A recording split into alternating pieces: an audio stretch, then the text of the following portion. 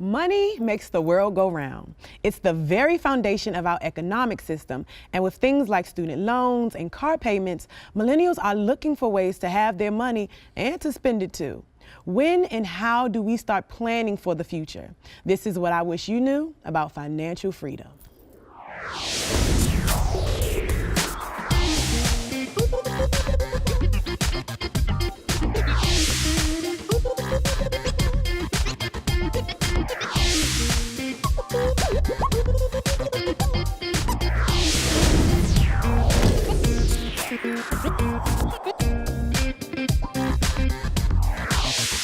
Hello, I am Brittany Timmons, and welcome to I Wish You Knew. Debt, investments, savings, do we as millennials even think about these things? Or do we feel like we have plenty of time to get our financial act together? What is financial freedom, and what can we as millennials do to achieve it? Here to tell you what they wish you knew are... Hi, I'm James Prevet. Hi, I'm Caleb. Yasmin. Also joining us today is financial guru Mario Gar. Ms. Gar is Senior Vice President and Regional Community Development Manager at a major financial institution and the founder of a financial coaching business called Beyond the Bling. Thank you so much, Ms. Mario, for joining us today. I am so excited to be here with each one of you today. Good. So let's talk about everything that you started talking about. Let's jump right in. The term financial freedom has been thrown around a lot. What does it mean? I think financial freedom means being able to do what you need to do and also what you want to do. Okay. And I think that includes retirement. So I think, at least in the United States, it seems as though you've reached financial freedom when you can retire early, or when you can work, you can retire whenever. You can take vacations, you can buy what you need, and you still have money, like residual money, like multiple streams of income. That's what I think. Fellas, you go first before we get the guru perspective. Well, I mean, Go ahead. Yeah, I mean, I feel like the same thing. You know, just being able to do, like you said, do whatever you need to do, and kind of not have to worry about it. Being able to eat, provide for your family, and not have to always say, oh, what's going on in my bank account? I only have like $1.30 in my bank account. You know, I have to like eat. I know you know, that. we had that conversation earlier. That, yes. So. I think for me, financial freedom is paying bills on time and not living from paycheck to paycheck. And just actually, like, I have this amount of money, and then this is for bills, but when I want to, you know, go to Hawaii or, you know, actually go spend $4 at lunch, and you'll have that. So we agree that it means being comfortable, being able to do what you want financially when you want to do it. Ms. Mario, what is financial freedom? There's actually a marriage between financial freedom and financial independence, which each of you sort of alluded to. Okay. So freedom is the ability to be able to make choices and not depend on someone else. They're meaning to say, one, if you use your credit card, it's approved or it's declined. Financial independence is actually having the cash flow or the assets to be able to take care of your expenses. So the two together creates financial stability. Okay. Cool. What are some mistakes that we make with money management? Millennials, speak on it. I know I'm guilty. You know, that first check you get, especially when you get like an adult, quote unquote, adult job, and you see like a larger sum than you ever saw in your entire life, and like in the back of your mind you like want to go crazy, like, oh, I want to buy an Xbox, I want to, you know, all this other stuff, and then you have to realize, oh, I have light bill to pay, or I have, you know, all this other stuff to pay, but you don't really think of it as soon as you have that check in your hand. So kind of make sure like mine just kind of go crazy in my A mistake is definitely putting your wants over your bills. Earlier this year, I definitely had a car note to payment, but Jay-Z was coming to D.C. See, a whole Jay-Z lot of y'all tickets. there paid $200, $300, $400. That's Y'all some know expensive better. tickets, so shout out to I you. know better. What about you? How is your money management? Okay, so mistakes, financial mistakes that we often make. I'm guilty of it myself from time to time, but I'm doing better. One, for me, pay my tithes first. That's not a mistake, but I need to make sure I pay my tithes first, right? And then two, spending the money before I actually get it. Like in my mind, like, oh yeah, I'm gonna do this. You know, like I got a party coming up, I'm like, I'm gonna pay the DJ, gotta pay the bartender, but the money's not there. And then two, going beyond or outside of the budget. So if I have this budget here and there are certain things, okay, you have to pay your phone bill at, by the 6th of the month. You got to pay the water, you got to pay the rent, and then everything else comes. But if I extend it and get my Jay-Z ticket, then now I'm in the hole. So I know for me, my era with money management is things seem to go so fast and it becomes a blur. Like I'll look at my account one day on Monday and be like, okay, you got some money, some coins to move around, you do something. Then by Wednesday when I looked at it again, I don't know where all the money went. All the money is gone. It's like I know it's certain priorities that I want to do, and I'm like, okay, I need to save this amount, I need to do this.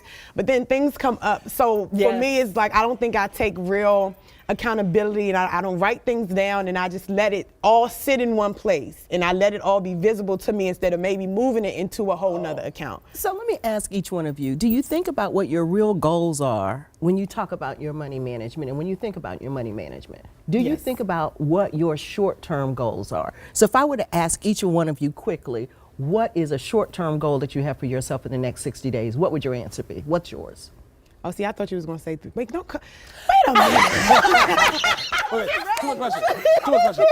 In the next 60 days. You said money moves so quickly. To have at least $500 saved somewhere in a cut that I'm not touching. 60 Okay, days? so that's your 60 Wow. day. Okay, Yes, so what's yes. yours? That would be kind of similar to that. Just like having something in reserve. So if I have a Jay-Z ticket, a concert I want to go to, then I can just like have it there and at my disposal. Okay, but give me a specific. She said a specific dollar amount. A JC ticket. So how much are we talking about? $400, $500? I mean, I want to at least have like $1,000. Have a comment. $1,000. We're talking money goals Money goals. in the next 60 days? Yes. 2 months. There you go. Come on. Say it. Okay, sell tickets for my nonprofit management workshop and put that money in my savings account. How much do you want to make? Ooh.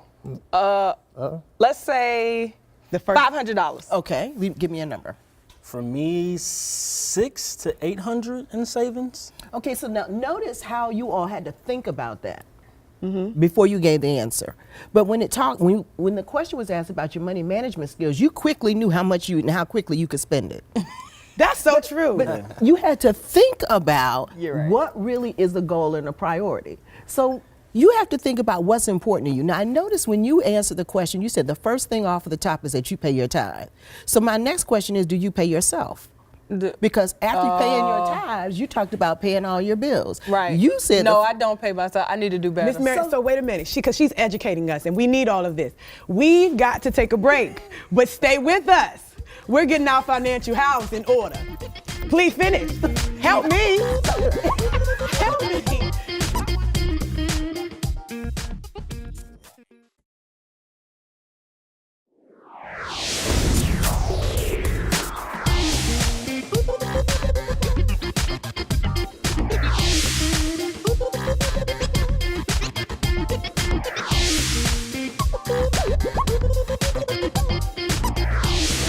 Welcome back to I Wish You Knew.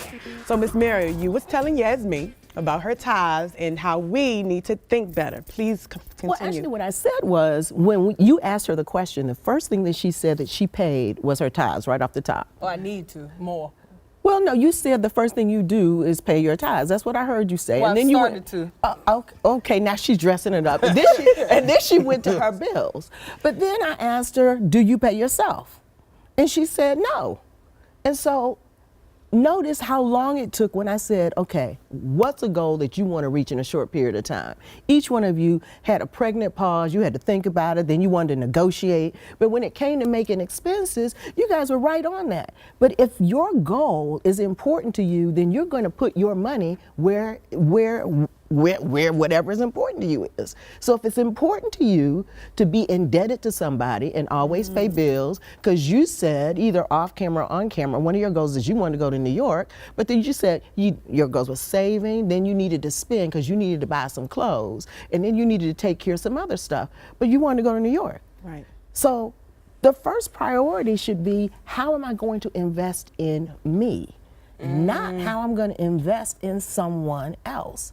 And if you're investing in someone else or something, and investing in someone else is paying a bill, paying a creditor, going to a Jay-Z concert. Now, unless Jay-Z's going to give you a hookup, Come on now, that's what Jay-Z's I'm coming in saying. to be on the That's what I'm show, saying. or you're going to, unless that negative is going to turn into a positive for you, then you have then made yourself second to somebody else.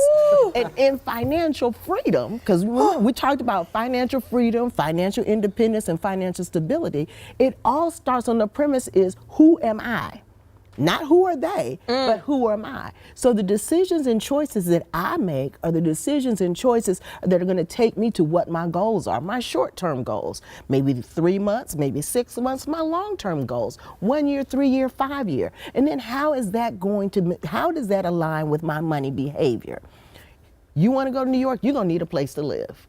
So your money behavior needs to be more aligned with, where am I going to live when I get to New York? Because you already know you're going, but you need a place to live. And then how much is that going to cost me? And so since I don't want to compromise certain things, I need to make some adjustments here, some lifestyle adjustments here, so that I can have what I want when I get where I know I'm going to be. That doesn't mean that I'm spending a whole lot of money in clothes now, because clothes is not going to put a roof over my head unless you're going to consign them and sell them. But that's not what you're going to do, because you're already fabulous. You want to continue to look fabulous, but you need a fabulous place to live. Yes. All of you.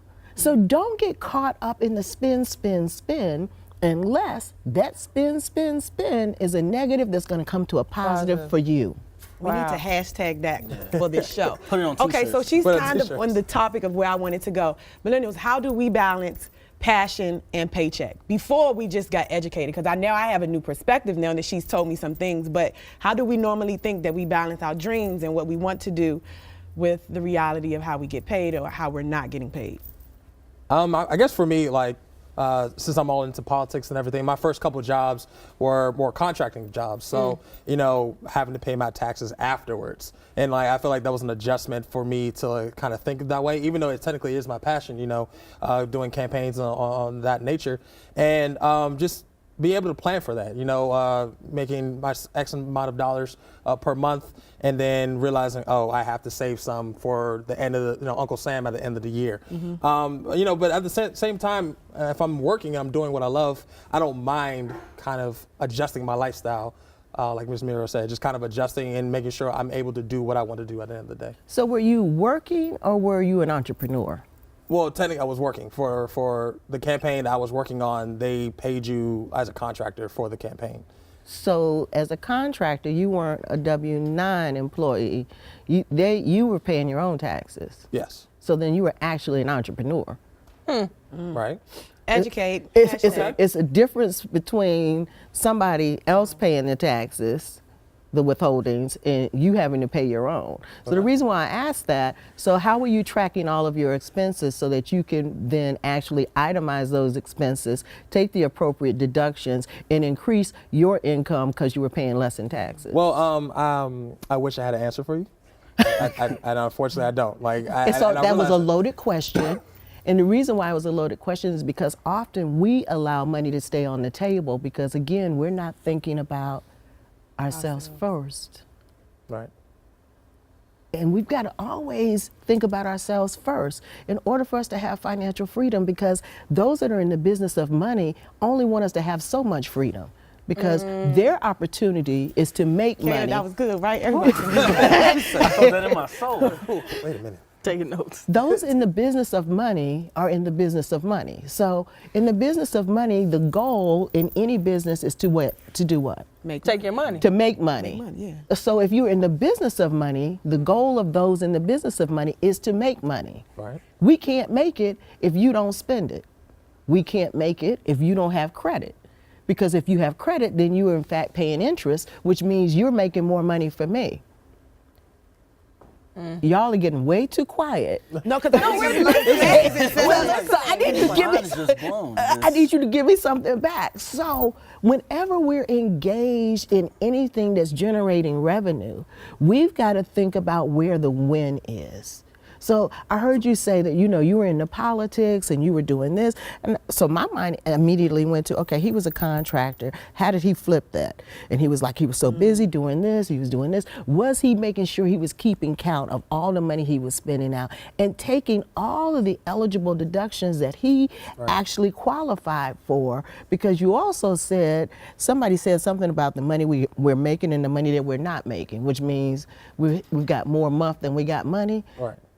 But we need to be able to expand the little that we have in order to get more. I mean, you're completely right, because after the fact, talking to other people, talking about getting tax deductions on mileage I was driving or all this other stuff, and it was kind of like, well, like you said, I just left all this money on the table.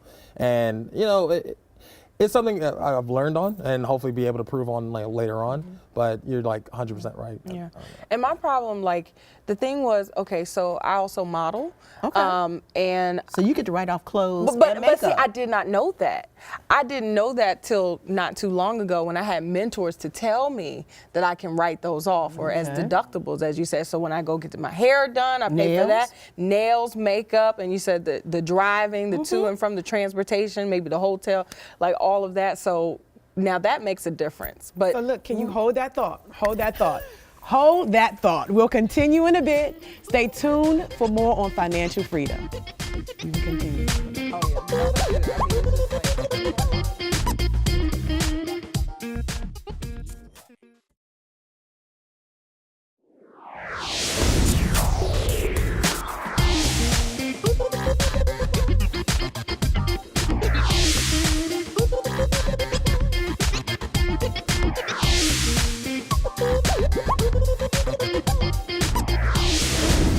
Welcome back to I Wish You Knew. Ms. Muriel, you were educating us on the difference between being an employee and being an employer. We've been trained to be employees. Pretty much as you were coming up, I'm sure your parents taught you or talked to you about getting a job. And so and your parents probably had jobs. Having a job was totally different from being an entrepreneur and having your own business. That's right. But having a job, the acronym actually means JOB or just over broke. Somebody else is controlling your destiny. Somebody else is controlling how much money you make. They're even controlling your talent. They're telling you how good they think your ideas are, and your talent control is based on how they compensate you. So you're then being you're being enslaved to the master, and some people may think that that's kind of harsh, but in a job environment, come on, take us off the plantation. Freedom.